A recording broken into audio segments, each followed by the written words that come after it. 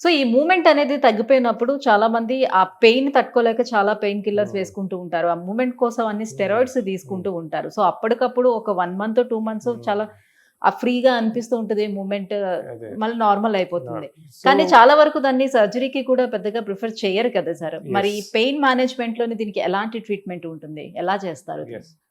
So, అదే నేను ఇంతకుముందు చెప్పినట్టు ఎప్పుడైతే ఈ రొటేటర్ కఫ్ మజిల్స్ మధ్యలో నీరు చేరటము, ఆ మూవ్‌మెంట్స్ బాగా తగ్గిపోవడము, adhesive capsulitis or frozen shoulder develop అయినప్పుడు డే టు డే లైఫ్ అన్ని ప్రాబ్లమ్స్ అవుతుంటాయి. హ్మ్. దానికి ఫస్ట్ ఇనీషియల్‌గా చాలామంది టాబ్లెట్స్ ట్రై చేస్తారు.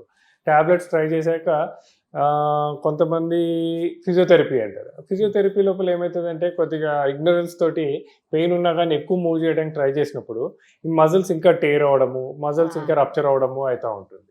ఓకే. సో, మా పెయిన్ మేనేజ్మెంట్ సెంటర్స్ లోపల ఫస్ట్ ఏం చేస్తామంటే క్లినికల్‌గా పేషెంట్‌ని చూస్తాము. అంటే range of movements. A range of movements వరకు వాళ్ళు ఫ్రీగా చేయగలుగుతున్నారు.